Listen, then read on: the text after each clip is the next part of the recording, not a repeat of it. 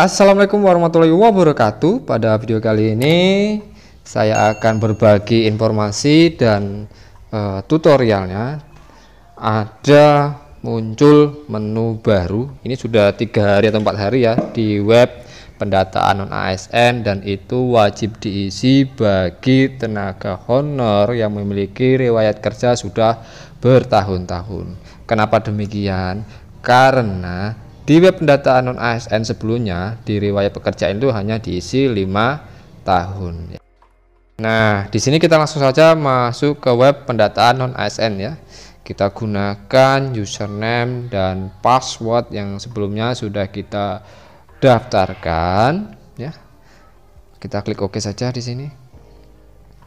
Kemudian kita masukkan NIK dan password yang kita buat sebelumnya.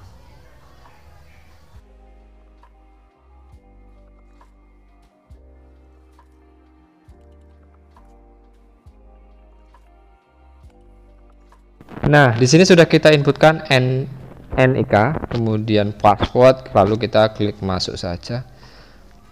Oke, sedang loading ya ke menu resume. Nah, ini kita geser ke paling bawah. Kita geser halamannya ke paling bawah. Ini kan tampilan di awal ya.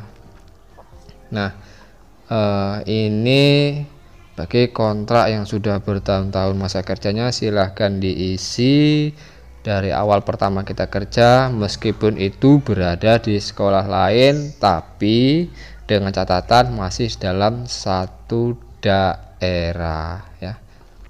Kenapa demikian? Karena situ sudah dibunyikan bahwasanya nanti yang diinputkan itu nama daerahnya ya, instansi, misalnya instansi pemerintah Kabupaten Merangin.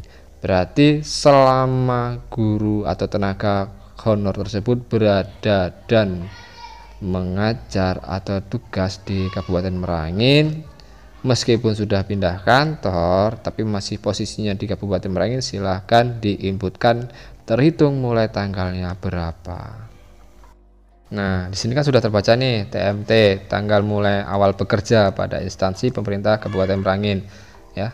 Ini misalnya kalau guru ini sebelumnya mengajar di sekolah A, kemudian pindah di sekolah B, ya kita inputkan saja riwayat kerjanya ketika berada di sekolah A ya, biar terhitung masa kerjanya. Nah, ini formatnya kita input TMT-nya ya. Formatnya dengan adalah tanggal, bulan, dan tahun. Kenapa hal ini perlu diinputkan di sini? Ya, karena di riwayat pekerjaan sebelumnya kita tidak diminta mengisi pada riwayat pekerjaan, karena di riwayat pekerjaan hanya dibatasi 5 tahun saja. Ya. Jadi dari 2017 sampai 2021. Jadi yang menginput dari 2018 ya, batas akhirnya 2022. Jadi yang sebelumnya 2017 jadi tidak terinputkan. Jadi kesempatan bagi kita yang memiliki riwayat kerja yang lebih masa kerja yang lebih banyak, ya kita inputkan di sini, kita input saja daripada kita nanti terhitung masa kerjanya rugi ya. Kita inputkan saja di sini. Ini formatnya adalah tanggal, bulan, dan tahun. Cukup kita geser saja, di bagian atas sudah tersedia semua menunya, atau kita ketik angka sebenarnya juga bisa.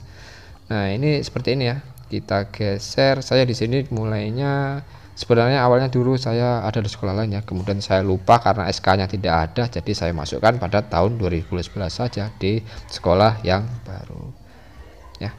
Yang diinputkan itu asalkan kita punya file berkasnya ya, yang kita buktikan sebagai acuan atau pembuktian nanti ya, kita inputkan. Nah, kemudian nominal gaji yang diterima kita bisa cek di sini ya, misalnya 2021 kita cek di sini di bagian bukti pembayaran. Ini kita klik saja karena sebelumnya sudah kita upload ya slip pembayarannya, kita klik di sini. Nah, di sini kita cari nama kita sendiri yang sudah stabilo, itu sudah terinci gajinya per bulannya berapa. Nah, ini ya, nih di sini ada nih. Nih, sudah ada ya. Ini kita perbesar jika tidak tampak. Ya, ini udah ada ya. Baru kita klik close jika sudah tahu. Klik close. Nah, untuk proses pengisiannya di sini ya 750.000 misalnya ya.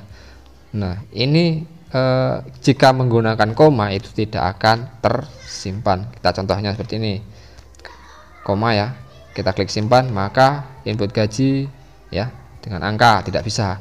Kemudian jika menggunakan simbol titik, maka proses simpan data saja yang muncul, namun data tidak tersimpan, notifikasi tersimpannya tidak ada. Nah, jika kita hapus tanpa koma dan tanpa titik, ini bisa tersimpan. Nah, contoh seperti ini, saya hapus, klik simpan. Nah, ini muncul data berhasil disimpan. Nah, baru kita klik baiklah. Nah, jika rekan-rekan sebelumnya sudah input namun salah, ya kita login lagi ke web pendataan non ASN, kita input ulang lagi.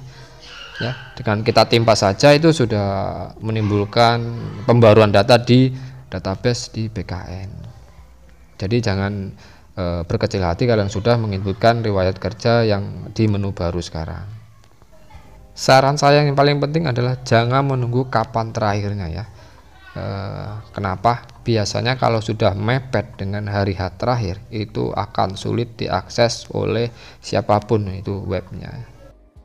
Kemudian untuk proses penginputan ini sebaiknya kita lengkapi SK sebagai acuannya dan buktinya ya. Oke, jadi cukup sekian video dari saya, semoga bermanfaat. Sampai jumpa dan terima kasih.